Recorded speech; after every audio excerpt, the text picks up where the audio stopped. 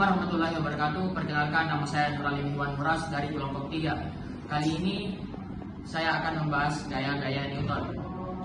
Terlebih dahulu perkenalkan teman-teman kelompok saya. Yang pertama ada Muhammad Syawal Minan Pisah, yang kedua ada Muhammad Asri Asyakirin, yang ketiga ada Bobi Galukto, yang keempat ada Muhammad Alfiansyah Jamaluddin, dan yang kelima ada Muhammad Ferdiansyah, dan yang ketujuh ada Gilang Ramadan, dan yang terakhir ada Gabriel Septiani Sitorus. Selanjutnya saya akan menyerahkan ke teman kelompok saya untuk menjelaskan materi tersebut. Baik, pertama-tama saya akan menjelaskan mengenai gaya-gaya yang bekerja pada gambar yang ada di depan ini. Pertama itu ada gaya W atau gaya beban, dan kedua ada gaya normal, terus ada T atau gaya tarik, dan gaya gesek kinetis, dan juga gaya gesek statis.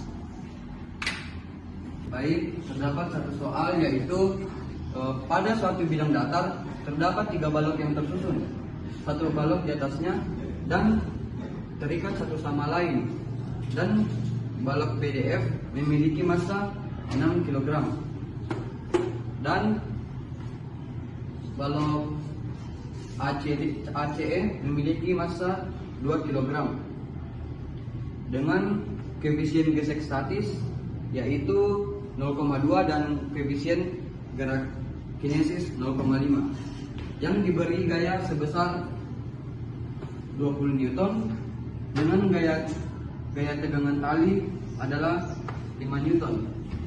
Pertanyaannya yaitu tentukan nilai sigma fx dan nilai dari sigma fy. Baik, dari soal tersebut ditanyakan bahwa berapa nilai dari fx dan berapa nilai dari fy. Nah, pertama-tama kita tinjau dulu dari balok A dan B. Balok A dan B itu sama dengan C dan D, sehingga didapatkan seperti gambar tersebut. Lalu kita mencari WA atau berat dari balok A. WA sama dengan MA kali G atau massa A kali gravitasi, yaitu 2 kali 10, sehingga didapatkan 20 Newton. Yang kedua itu adalah gaya berat dari B atau gaya berat dari balok B, yaitu MA ditambah MB dikali gravitasi. Kenapa ditambah? Dikarenakan balok A dan B itu saling tersusun, sehingga beratnya itu ditambah. Jadi 2 tambah 6 dikali 10 sama dengan 8 kali 10 sama dengan 80 Newton. Terus NA sama dengan WA atau gaya normal itu sama dengan gaya beban, sehingga didapatkan WA sama dengan 20 dan WB sama dengan 80, sehingga NA sama dengan 20 dan NB sama dengan 80 Newton. Terus yang ketiga itu ada gaya gesek statis A atau gaya gesek statis yang bekerja pada balok A, seperti pada gambar tersebut. Ketiga ada gaya statis A atau gaya gesek statis yang bekerja pada balok A, yaitu mil A dikali gaya normal pada A. Nah, mil A itu nilainya terdapat pada soal, yaitu 0,2. 0,2 dikali 20 sama dengan 4. Yang kedua, gaya statis kinetis yang bekerja pada balok B, yaitu mil B dikali dengan gaya normal B.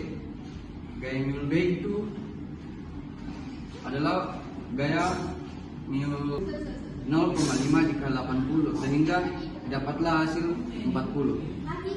Selanjutnya kita akan meninjau balok E dan F, di mana pada balok E dan F gaya yang bekerja pada balok tersebut hampir sama dengan balok AB dan CD, di mana ada gaya W, gaya N, gaya FS, gaya FK dengan gaya beban yaitu 20 Newton, dan gaya beban F yaitu 80 Newton. Dan gaya normalnya juga sama, yaitu 20 Newton dan 80 Newton di balok E dan di balok F. Nah, lanjut untuk gaya gesek statis yang bekerja pada balok E, yaitu ada mul E dikali gaya normal E, sama dengan gaya mul E dikali dengan gaya beban E dikurang F sin 30 derajat. Terus sama dengan mul E nya itu 0,2, terus WE nya itu 20 Newton, terus dikurang dengan F sin 30 derajat. F nya itu 20 Newton dan sin 30 itu 1/2, sehingga bisa kita dapatkan 10, 20 kurang 10 itu 10, sehingga 0,2 kali 10 sama dengan 2. Terus lanjut ke gaya gesek kinesis yang bekerja pada balok F, yaitu mul F dikali dengan WF dikurang F sin 30 derajat, yaitu mul F itu 0,5, terus WF itu 80 dikurang dengan F sin 30, yaitu 20 dikali 1/2. Dari 1/2 nya itu dari sin 30, hingga kita bisa dapatkan 80 dikurangi 10 itu sama dengan 70, sehingga 0,5 kali 70 sama dengan 35. Dari hasil perhitungan yang telah kita lakukan tadi, maka didapatlah hasil FSA sama dengan FSC, yaitu 4, dan FKB dan FKD sama dengan 40, dan FSE sama dengan 2, FKF sama dengan 35. Sehingga dapatlah hasil sigma Fx sama dengan F kurang T, dengan F sama dengan FSA dikurang FKB ditambah FSE dikurang FKD ditambah dengan FSE dikurang FKF dikurang T, dengan hasil 4 dikurang 40 ditambah 4 dikurang 40 ditambah 5 dikurang 35 dikurang 5. 5 itu adalah T, sehingga mendapatkan hasil minus 110. Dan yang terakhir yaitu sigma Fy sama dengan N dikurang W sama dengan 0. Baik, sekian presentasi dari kami. Selanjutnya saya akan masuk ke sesi tanya jawab. Jika ada yang bertanya, dipersilakan. Baik, terima kasih atas kesempatan yang diberikan kepada kami. Saya Priscila Dwi Putri mewakili kelompok 2 untuk menanyakan soal kelompok 3. Pertanyaan saya itu, mengapa sigma Fy sama dengan N dikurang W hasilnya itu 0? Terima kasih. Oke, baik. Saya akan langsung menjawab pertanyaan dari Priscila. Kenapa N kurang W itu sama dengan 0? Seperti yang kita tahu bahwa nilai N itu sama dengan W.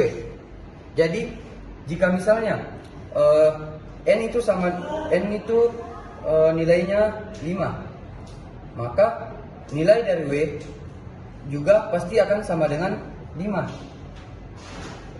Nah, sehingga jika contohnya 5 dikurang 5, pasti hasilnya akan 0.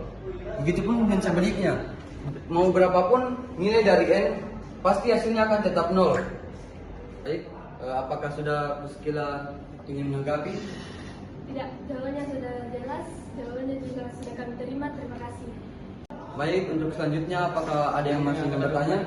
Saya perkenalkan, nama saya Ahmad Fauzi dari kelompok 1. Pertanyaan saya, kenapa di sigma Fx ada pembelahan negatif dan positif? Terima kasih. Baik, untuk pertanyaan tersebut akan dijawab oleh rekan saya yaitu Muhammad Syawal. Baiklah, saya akan menjawab pertanyaan dari saudara, yaitu mengapa di sini penjumlahannya ada yang dikurang dan juga ada yang ditambah. Itu yang dikurang dikarenakan arah dari gaya geseknya itu ke arah kiri, yang dimana ke arah kiri itu ya, bernilaikan negatif, dan jika ke arah gaya geseknya ke arah kanan, maka penjumlahannya itu ditambah. Apakah sudah jelas kepada saudara? Iya, sudah jelas. Terima kasih atas jawaban yang diberikan. Baiklah, apakah masih ada yang ingin bertanya tentang materi di atas? Silakan. Perkenalkan, nama saya Muhammad Rifki Putra dari perwakilan dari kelompok 4. Saya ingin bertanya, kenapa lebih memakai SIM daripada kos? Terima kasih. Baiklah, saya akan menjawab pertanyaan dari saudara. Jadi, di sini mengapa menggunakan sin? Itu dikarenakan rumusnya kan di sini menggunakan n, dan di mana arah gaya n normal itu ke atas. Jadi, yang digunakan itu yang f sin, bukan yang f cos. Apakah sudah jelas? Jawabannya saya terima dan sangat jelas. Terima kasih. Oke. Baiklah. Itulah tadi penjelasan materi dari kelompok kami, dari kelompok 3. Lebih dan kurangnya mohon dimaafkan. Wassalamualaikum warahmatullahi wabarakatuh.